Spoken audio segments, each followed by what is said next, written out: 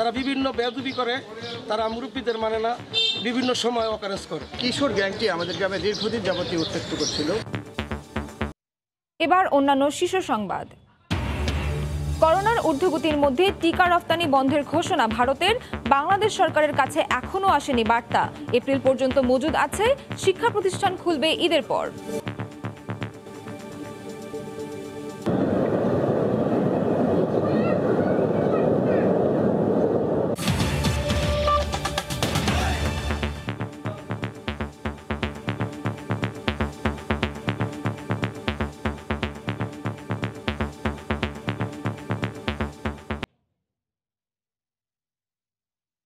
Corona ভাইরাসের ঊর্ধ্বগতির মধ্যে সেরাম ইনস্টিটিউটে উৎপাদিত অক্সফোর্ড অ্যাস্ট্রাজেনেকা টিকার রফতানি সাময়িকভাবে স্থগিত করেছে ভারত।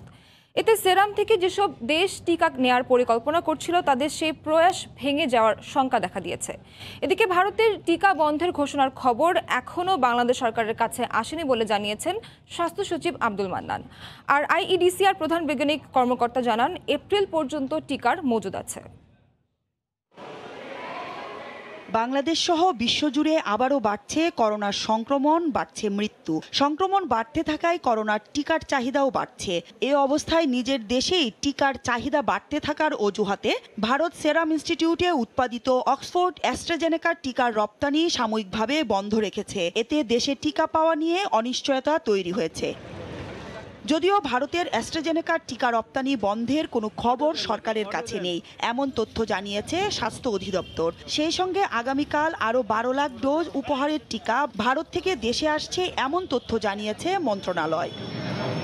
এদিকে আইইডিসিআর এর প্রধান বৈজ্ঞানিক কর্মকর্তা জানান, এপ্রিল পর্যন্ত টিকার মজুদ আছে। টিকা পাওয়া নিয়ে যে অনিশ্চয়তা তৈরি হয়েছে তা অচিরেই কেটে যাবে বলে আশা প্রকাশ করেন তিনি। আমাদের কাছে এখন পর্যন্ত 90 লক্ষ ভ্যাকসিন আছে এবং এটা ভারত সরকার সম্ভবত এপ্রিল পর্যন্ত বন্ধ করেছে এবং এপ্রিলের পরপরই যদি আমরা ভ্যাকসিন পেয়ে যাই তাহলে আমাদের কোনো সমস্যা হবে না। সেরাম ইনস্টিটিউটের কাছ থেকে 3 কোটি ডোজ করোনা ভাইরাসের টিকা কিনতে গত বছরের নভেম্বরে যে চুক্তি হয়েছিল তার মধ্যে 2 চালানে 70 লাখ এবং উপহার হিসেবে পাওয়া 20 লাখ সহ 90 লাখ ডোজ টিকা ইতিমধ্যে বাংলাদেশ হাতে পেয়েছে।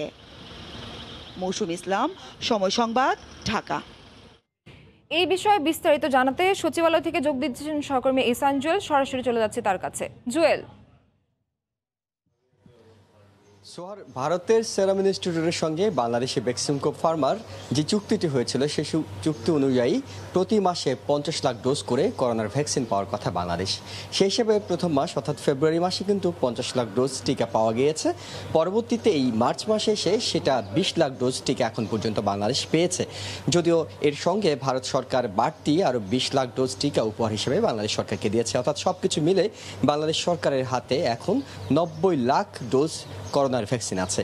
যদিও আগামী 6 মাসে অর্থাৎ সবকিছু মিলে 6 মাসে 3 কোটি ডোজ টিকা পাওয়ার কথা বাংলাদেশ সরকারের, প্রতি মাসে 50 লাখ করে।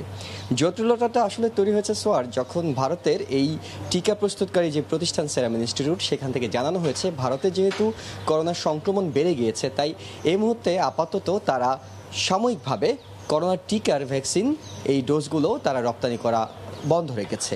এই সিদ্ধান্তটির বিষয় নিয়ে আমরা আজকে কথা বলেছিলাম স্বাস্থ্য সচিব আব্দুল মান্নানের সঙ্গে। তিনি সরাসরি আমাদের সামনে তিনি ফোন দিয়েছিলেন, টেলিফোনে কথা বলেছেন বেক্সিমকো ফার্মার ব্যবস্থাপনা পরিচালক এবং একই সঙ্গে স্বাস্থ্য অধিদপ্তরের সংশ্লিষ্ট কর্মকর্তাদের সঙ্গে। কিন্তু দুটি জায়গা থেকেই তাকে নিশ্চিত করা হয়েছে যে এখন পর্যন্ত সেরাম ইনস্টিটিউট থেকে এরকম আনুষ্ঠানিকভাবে কোনো তথ্য বাংলাদেশ সরকারকে জানানো হয়নি যে করোনার ভ্যাকসিন রপ্তানি তারা আপাতত সাময়িকভাবে স্থগিত রেখেছেন। এই ধরনের কোনো তথ্য বাংলাদেশ সরকারের হাতে নেই। সেক্ষেত্রে কিন্তু একটা গুরুত্বপূর্ণ তথ্য চলে আসে, সেটি হলো যে এই মাসে যে 50 লাখ ডোজ টিকা পাওয়ার কথা ছিল বাংলাদেশ, সেখানে মাত্র 20 লাখ ডোজ টিকা এখন পর্যন্ত পাওয়া গেছে। স্বাস্থ্য সচিব মনে করছেন যেহেতু মাসের আরও 5 দিন সময় আছে তাই এর মধ্যে হয়তো টিকা আসলেও আসতে পারে। তবে একটি তথ্য তিনি আমাদের জানিয়েছেন, সেটি হলো আগামীকাল যেহেতু ভারতের প্রধানমন্ত্রী নরেন্দ্র মোদী বাংলাদেশ সফরে আসছেন আমন্ত্রিত অতিথি হিসেবে স্বাধীনতার সুবর্ণ জয়ন্তী উদযাপন ও বঙ্গবন্ধুর জন্মশতবার্ষিকী উদযাপনের অনুষ্ঠানে যোগ দিতে, সেই সময় কিন্তু বাংলাদেশ সরকার ভারতের কাছ থেকে উপহার হিসেবে আরও 12 লাখ ডোজ করোনার টিকা পেতে যাচ্ছে। অর্থাৎ এই মাসে এর আগে 20 লাখ ডোজ এসেছে এবং উপহার হিসাবে আরও যদি 12 লাখ ডোজ আসে তাহলে বাংলাদেশ সরকারের হাতে কিন্তু প্রায় 32 লাখ ডোজ টিকা বাংলাদেশ সরকারের হাতে এই মাসে আসবে। কিন্তু সেক্ষেত্রে কথা থেকে যাচ্ছে যেহেতু প্রতি মাসে 50 লাখ ডোজ করে পাওয়ার কথা, সেখানে এই মাসে বেক্সিমকো ফার্মা মাত্র 20 লাখ ডোজ পেয়েছে, বাকি 30 লাখ ডোজ তারা কবে নাগাদ পাবে। এই ক্ষেত্রে যেটি গুরুত্বপূর্ণ বিষয় সেটি স্বাস্থ্য সচিব মনে করছেন যে কোনো মাসে যদি কমও আসে, অর্থাৎ এই মাসে মাত্র 20 লাখ এসেছে, বাকি 30 লাখ যদি এমন হয় যে সামনের মাসে অর্থাৎ এপ্রিল মাসের 50 লাখের সঙ্গে এই 30 লাখ যোগ করে 80 লাখ ডোজ করোনার টিকা দেওয়া সম্ভব হয়, তাহলে কিন্তু এই বিষয়টি যে একটি ভারসাম্য আসা প্রতি মাসে 50 লাখ করে সে জিনিসটা হয়ে যাবে। অর্থাৎ দুশ্চিন্তার কোনো কারণ নেই বলে এখন পর্যন্ত সরকারের পক্ষ থেকে বলা হচ্ছে। যদিও অন্যান্য কয়েকটি দেশ, ব্রাজিল, যুক্তরাজ্য সহ কয়েকটি দেশে এর মধ্যে সেরাম ইনস্টিটিউট কিন্তু তাদের ভ্যাকসিন রপ্তানি স্থগিত করেছে। সব কিছু মিলে আসলে সরকারের পক্ষ থেকে যোগাযোগ করা হচ্ছে যে এই ধরনের একটি খবর যেহেতু এসেছে আসলে সেটি কতটুকু ভিত্তি আছে, কিংবা যেহেতু অনেককেই প্রথম ডোজের টিকা দেওয়া হয়ে গেছে তাই দ্বিতীয় ডোজের টিকা ক্ষেত্রে যাতে কোনো রকম অনিশ্চয়তা তৈরি না হয় বাংলাদেশে, সে বিষয়টি গুরুত্ব দিয়ে সরকারের পক্ষ থেকে দেখা হচ্ছে বলে জানিয়েছেন স্বাস্থ্য মন্ত্রণালয়ের কর্মকর্তারা এবং স্বাস্থ্য সচিব নিজেও বিষয়টি কথা বলেছেন। এখন পর্যন্ত সোয়ারে এই ছিল আমার কাছে সবশেষ খবর। করোনার টিকা সম্পর্কে সবশেষ জানাতে সচিবালয় থেকে এতক্ষণ আমাদের সঙ্গে সরাসরি যুক্ত ছিলেন সহকর্মী এহসান জুয়েল। দেশে গতবারের তুলনায় করোনা পরিস্থিতি দ্রুত অবনতি হচ্ছে। সংশ্লিষ্টরা বলছেন গতবারের তুলনায় রোগীর অবস্থার অবনতি হওয়ার হার এবার বেশি। এই অবস্থায় হাসপাতালে বাড়ছে শয্যা সংকট। এই মুহূর্তে রাজধানীর সোহরাওয়ার্দী হাসপাতালে আছেন রিপোর্টার তোহা খান তামিম এবং চট্টগ্রামের জিইসি মোড়ে আছেন রিপোর্টার কমল দে। সরাসরি যাব তাদের কাছে। প্রথমেই যাচ্ছি তামিমের কাছে। তামিম, সোহার, একটি বিষয় বলে রাখি, গত বছরে যখন করোনা ঊর্ধ্বগতি হয়েছিল, করোনার যৌবনকাল চলছিল, ঠিক তখনই কিন্তু অন্যান্য হাসপাতালের সাথে রাজধানীতে সোহরাওয়ার্দী মেডিকেল সহ যে সমস্ত 5টি হাসপাতালের কথা স্বাস্থ্যসেবা বিভাগ বলেছে ইতিমধ্যে, তাদের কিন্তু ডেডিকেটেড হাসপাতাল করা হয়েছিল। অর্থাৎ নন কোভিড সেবা বাদ দিয়ে তারা শুধুমাত্র কোভিড হাসপাতাল করা হয়েছিল। আমরা দেখতে পাচ্ছি যে করোনা যখন একটু গতি কমে এসেছিল, অর্থাৎ এই চলতি বছরের জানুয়ারি এবং ফেব্রুয়ারি মাসেও কিন্তু আমরা লক্ষ্য করেছি যে করোনার কিছুটা গতি কমে এসেছিল, সেই সময় কিন্তু কোভিডের সাথে নন কোভিডও কিন্তু আসলে সেবা দেওয়া হচ্ছিল। তো সেটি স্বাস্থ্যসেবা বিভাগ সরে এসে 5টি হাসপাতালকে প্রস্তুত থাকার কথা বলা হয়েছে। তার মধ্যে কিন্তু সোহরাওয়ার্দী মেডিকেলও কিন্তু অন্যতম। সোহরাওয়ার্দী মেডিকেলে আমরা দেখেছি যে 200 কোভিড হাসপাতাল, অর্থাৎ 200 শয্যা করা হয়েছিল কোভিডের জন্য। তারা এটি বাদ দিয়ে, যখন কোভিড কমে এসেছিল বাদ দিয়ে তারা 70টি শয্যা করা হয়েছিল। আবারও কিন্তু তারা এই শয্যা সংখ্যা বাড়িয়েছে। তারা বলছেন যে তারা আসলে এই শয্যার সংখ্যা 150-তে উপনীত করেছেন এবং অন্যান্য যে বিশেষ করে নন কোভিড যে সেবা, সেই সেবাটা তারা সীমিত করেছেন। বিশেষ করে যে সমস্ত ইমার্জেন্সি রোগী নয় তাদেরকে তারা আসলে সেবার আওতায় আপাতত আনছেন না। বিশেষ করে রোগী বেড়ে যাওয়ার কারণে তারা এই সিদ্ধান্ত গ্রহণ করেছেন এবং ইমার্জেন্সি অন্যান্য যে রোগীরা রয়েছে, ইমার্জেন্সি রোগী, জরুরি রোগী, সেই রোগীকে তারা আসলে সেবা দিবেন কি, তবেও সেক্ষেত্রে সীমিত করা হয়েছে সেই সমস্ত রোগীদের সেবা দেওয়ার ক্ষেত্রে। তারা বলছেন যে ধীরে ধীরে তারা কিন্তু এই যে শয্যার সংখ্যা, কোভিডের শয্যার সংখ্যা, সেই কোভিডের শয্যার সংখ্যা তারা বাড়াবেন। এছাড়া আমরা কুর্মিটোলা হাসপাতালে দেখেছি যে আজকে কিন্তু তাদের যে নির্ধারিত যে সংখ্যা 250 শয্যা, সেটি কিন্তু বেড়ে আসলে প্রায় 1.5 গুণ হয়েছে বেড়ে। তো পরিচালক বলছেন এবং এখানকার যে সোহরাওয়ার্দী মেডিকেল হাসপাতালে যে সংশ্লিষ্ট, সেই সংশ্লিষ্টরা বলছেন যে হাসপাতালের যেই জনবল, সেই জনবল সংকটের কথা তারা বলছেন যে জনবল সংকটের কারণে কাঙ্ক্ষিত যে সেবা, সেই সেবা তারা আসলে দিতে পারছেন না এবং তাদেরকে আরও যে সমস্ত স্বাস্থ্যবিধি মেনে চলার কথা, বিশেষ করে হাসপাতালের যে অভ্যন্তরীণ যে স্বাস্থ্যবিধি, বিশেষ করে করোনা রোগীর যে টেস্টের জন্য যে লাইন, সে লাইনে আমরা দেখেছি যে অনেক সময় গাদাগাদি করে হুড়োহুড়ি করে কিন্তু তারা কিন্তু সেবা নিচ্ছেন, তারা দাঁড়িয়ে আছেন। সেক্ষেত্রেও তারা বলছেন যে এই যে গাদাগাদি হুড়োহুড়ি করে লাইনে দাঁড়িয়ে আছেন, তাদের যে আলাদা করে স্বাস্থ্যবিধি মানার জন্য যে সমস্ত কর্মীকে নিয়োগ করা হবে, সেই সমস্ত কর্মীও কিন্তু আসলে সেই সমস্ত জনবলের সংকটের কথা তারা বলছেন। সব মিলিয়ে বলা যায় যে এই যে রোগী বাড়ছে, রোগী বাড়ার সাথে সাথে তারা কিন্তু স্বাস্থ্য অধিদপ্তরের কাছে প্রয়োজনীয় জনবল চেয়েও কিন্তু বিভিন্ন হাসপাতাল আসলে চিঠি দিয়েছেন এবং স্বাস্থ্যসেবা বিভাগও তারা আশ্বাস দিয়েছেন যাতে করে জনবল তাদেরকে বাড়ানো হয়। তো মোটামুটি এই ছিল হাসপাতাল থেকে আমার হাতে করোনার। এখন আমরা চলে যাব চট্টগ্রামের সহকর্মী কমলদের কাছে সেখানকার সবশেষ খবর জানতে। ধন্যবাদ তামিম। বন্দরনগরী চট্টগ্রামের সাধারণ মানুষের বেপরোয়া চলাচলের কারণে সামাজিক দূরত্ব না মানা, মাস্ক ব্যবহার, এই তিনটির কারণে কিন্তু করোনা সংক্রমণের হার দ্রুতই বেড়ে চলেছে।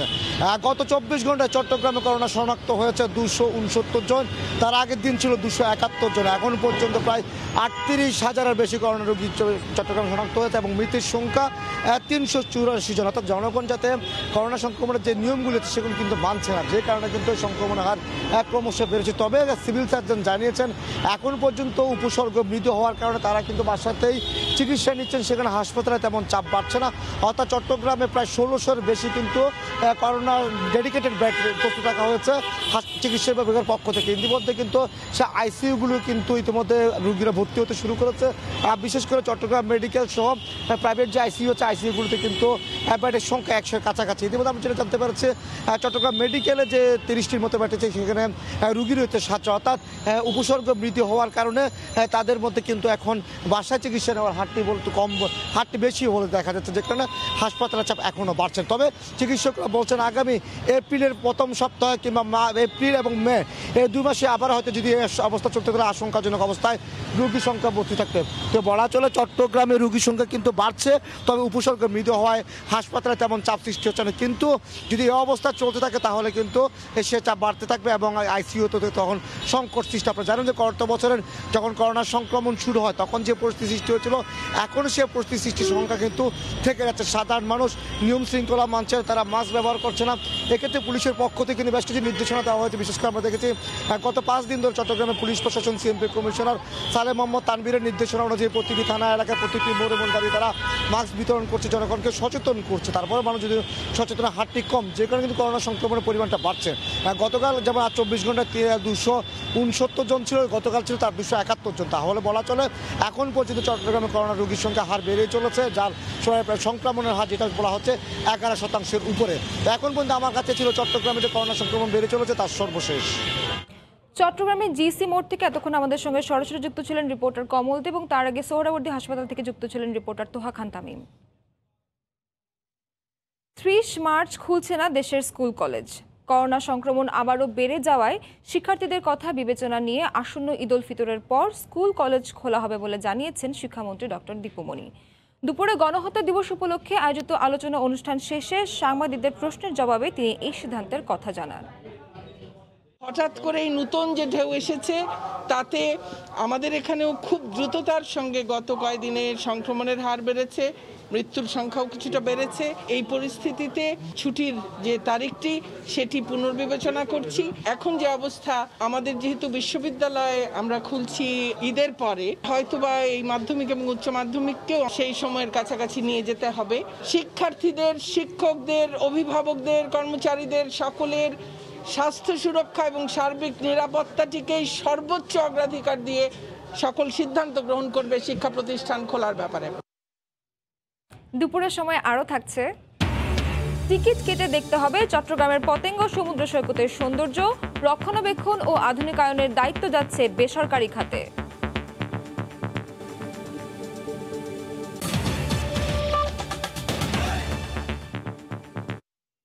স্বাধীনতার সুবর্ণ জয়ন্তীর দ্বারপ্রান্তে বাংলাদেশ।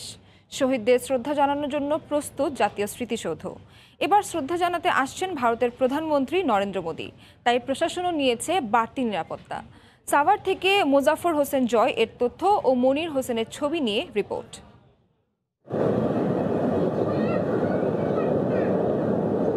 সাভারে জাতীয় স্মৃতিসৌধ অতিক্রম করছে এক ঝাঁক বিমান, আকাশে চোখ কৌতূহলী জনতার। শুধু মহড়া নয়, চলছে স্মৃতিসৌধ ধোয়া মোছার শেষ মুহূর্তের কাজও। আগামী 26 মার্চ জাতির শ্রেষ্ঠ সন্তানদের স্মরণে সব প্রস্তুতি সম্পূর্ণ করেছে প্রশাসন। এদিকে ঢাকা সফরে এসে ভারতের প্রধানমন্ত্রী নরেন্দ্র মোদীও এবারে শহীদদের প্রতি শ্রদ্ধা জানাবেন। তার নিরাপত্তা ব্যবস্থাও ঢেলে সাজানো হয়েছে, বাড়ানো হয়েছে গোয়েন্দা নজরদারি। আকাশ দিয়ে অনেক বিমান যাচ্ছে দেখা গেছে, আমরা দেখতে পাচ্ছি অনেক, আমরা সবাই মিলে দেখতেছি, সবাই মজা পাইতেছি। তা আগেও কখনো দেখি না, এই প্রথম দেখতেছি। হেলিপ্যাড প্রস্তুত রাখার পাশাপাশি প্রতিটি গুরুত্বপূর্ণ স্থানে বসানো হয়েছে সিসি ক্যামেরা। ধুয়ে মুছে পরিষ্কার পরিপাটি, ফুল দিয়ে সাজানো, সিসি ক্যামেরা স্থাপন, লেক সংস্কার সহ সকল কার্যক্রম সম্পন্ন করেছি। ভিভিআইপিরা আসবেন, বিদেশি মেহমানরাও আসবেন, তার প্রেক্ষিতে আমরা ঢাকা জেলা পুলিশের পক্ষ থেকে ব্যাপক নিরাপত্তা ব্যবস্থা গ্রহণ করা হয়েছে। বীর শহীদদের প্রতি প্রধানমন্ত্রী শেখ হাসিনা ও ভারতের প্রধানমন্ত্রী নরেন্দ্র মোদী শ্রদ্ধা নিবেদনের পর সর্বসাধারণের জন্য উন্মুক্ত করা হবে জাতীয় স্মৃতিসৌধ। সময় সংবাদ, সাভার। 50-এর বাংলাদেশের চাওয়া পাওয়ার হিসেবটা তো একেবারে মিলবে না, তবু লক্ষ্য থেকে খুব বেশি দূরে নয় এই ভূখণ্ড। স্বাধীনতার সুবর্ণ জয়ন্তীতে এসে সবার প্রত্যাশা, যাদের এমন সংগ্রামের ইতিহাস এই অপ্রতিরোধ্য অগ্রযাত্রার লাগাম টানবে এমন সাধ্যকার। রাশেদ লিমনের রিপোর্ট। উদার আকাশে উঠছে রক্তলাল পতাকা, সবুজ জমিনে লাল বৃত্ত। বাঙালির ঐক্যের বন্ধন হয়ে মর্মচেতনায় রং ছড়ায়। 71 থেকে 21, দৈর্ঘ্য 50, ঘটনা প্রবাহে হাজারো বছরের সমান। উত্থান পতন, স্বপ্ন স্বপ্নহীনতা, গণতন্ত্র স্বৈর শাসকদের পদধ্বনি। সোনার বাংলা শ্মশান কেন, কত প্রশ্ন। রাজনৈতিক রূপান্তর, ক্ষয়, আবারও নির্মাণ।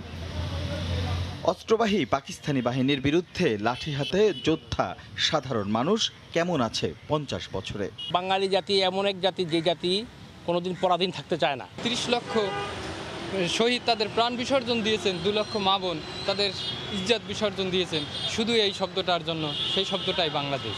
তরুণ যারা দেখেনি মুক্তিযুদ্ধ, তবে মহান এই ইতিহাসের উত্তরাধিকারী, তাদের কাছে 50 কি? এত প্রাণের বিনিময়ে দেশটাকে স্বাধীন করেছে, যেটা আমাদের কাছে অনেকটা গর্বের। বাংলাদেশ অবশ্যই একটা আবেগ, কারণ এই দেশে আমি জন্মগ্রহণ করেছি, যেখানে আমি জন্ম নিয়েছি সেই দেশের প্রতি অবশ্যই আমার টান, মায়া, মমতা থাকাটা স্বাভাবিক। 21 শতকে আমরা তৃতীয় বিশ্বের দেশ থেকে যেভাবে এগিয়ে যাচ্ছি, সেটা আমরা খুব পজিটিভলি নিচ্ছি। চাওয়া পাওয়ার হিসেবটা কানায় কানায় কি মিলে যায় সব সময়? তবু প্রত্যাশা, রক্তের অক্ষরে লেখা ইতিহাস প্রেরণা হয়ে পাড়ি দেবে আগামীর পথ। দেশ উন্নত এটা চাই আর কি। অর্থনৈতিকভাবে স্বাবলম্বী হয়ে ওঠা বা শিল্প, সাহিত্য, সংস্কৃতি এগুলোতে উন্নয়নটা করা। দেশের যে অবস্ট্যাকেলগুলো আছে সেগুলোকে দূর করতে চাই। আমরা যেমন যুদ্ধ করে নিজেদের দেশকে স্বাধীন করতে পেরেছি, দেন আইলা, সিরোর যেগুলো হয়েছে, এগুলো থেকেও নিজেদেরকে মোকাবেলা করে নিয়ে আসতে পারছি, তাহলে ইন ফিউচার আমরা যে প্রত্যাশাটা রাখছি ওটাও কভার করতে পারবো। 71-এর স্বাধীন রাষ্ট্র পেয়েছিল বাঙালি, পেয়েছে প্রবল আত্মগরিমায় মাথা তুলবার অধিকার। বাংলাদেশ এগিয়ে যাবে, যুগ শতাব্দী পেরিয়ে যাবে, হাজার বছর। 71-এর স্লোগান, জয় বাংলা, বাংলার জয়। বাংলার জয়ধ্বনি এখনো পুনর্বার উচ্চারিত এক ধ্রুব সত্যের নাম।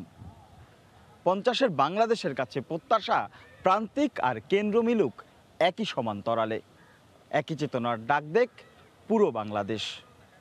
রাশেদ লিমন, সময় সংবাদ, ঢাকা। এক সময়ের শোষক পাকিস্তান অর্থনীতির উন্নতির সম্ভাব্য সব সূচকই আজ বাংলাদেশের পেছনে। সুবর্ণ জয়ন্তীতে এটাকেই সবচেয়ে বড় অর্জন বলে মনে করছে সরকার। ধারাবাহিক প্রবৃদ্ধির সঙ্গে একের পর এক বড় প্রকল্পেও এসেছে বিশ্বকে তাক লাগানো সাফল্য, যা দেখে নিন্দুকেরাও পঞ্চমুখ লাল সবুজের প্রশংসায়। তবে অর্থ পাচার, নতুন কর্মসংস্থানের অভাব আর নিত্যপণ্যের বাজারের অসন্তোষকে টেকসই অগ্রগতির পথে বাধা বলে মনে করে বোদ্ধমহল। জুবার ফয়সালের রিপোর্ট।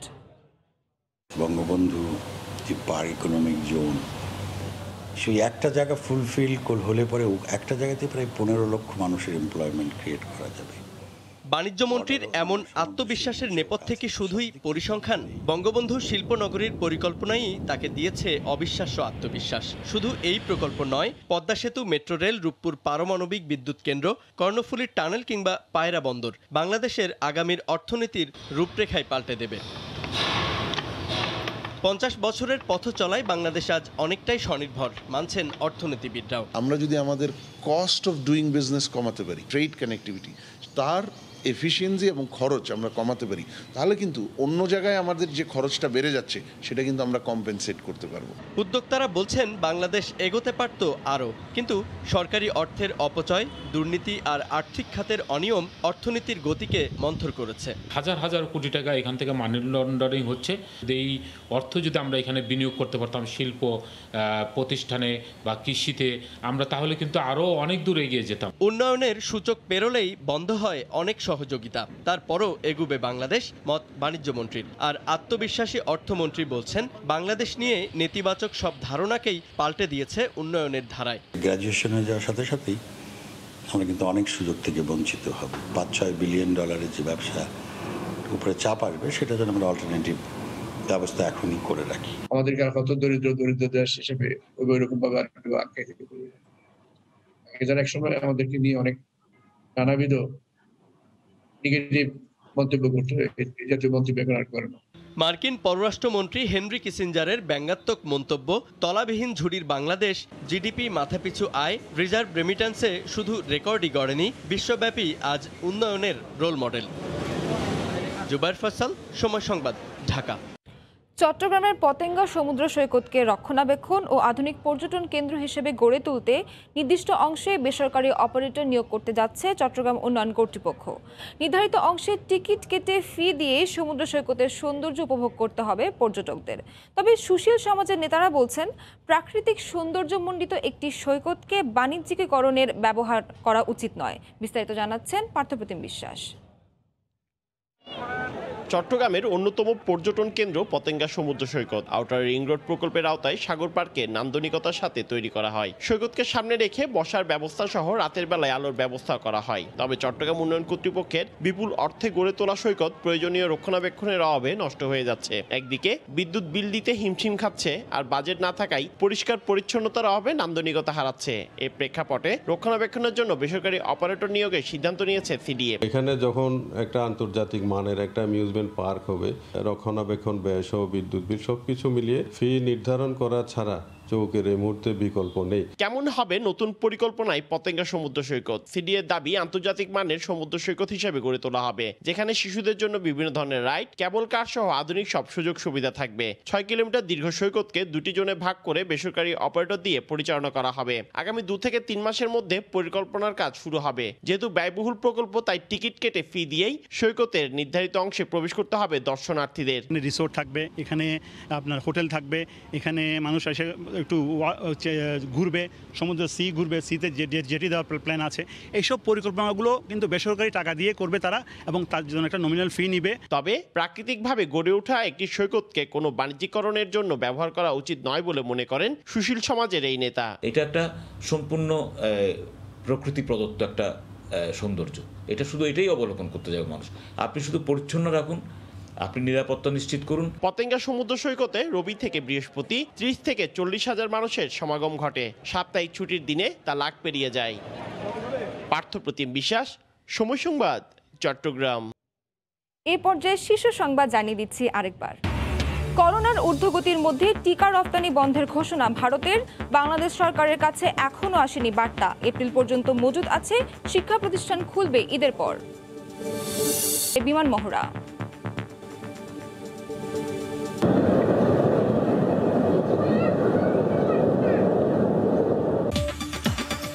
এই ছিল দুপুরের সময়, সঙ্গে থাকুন সময়।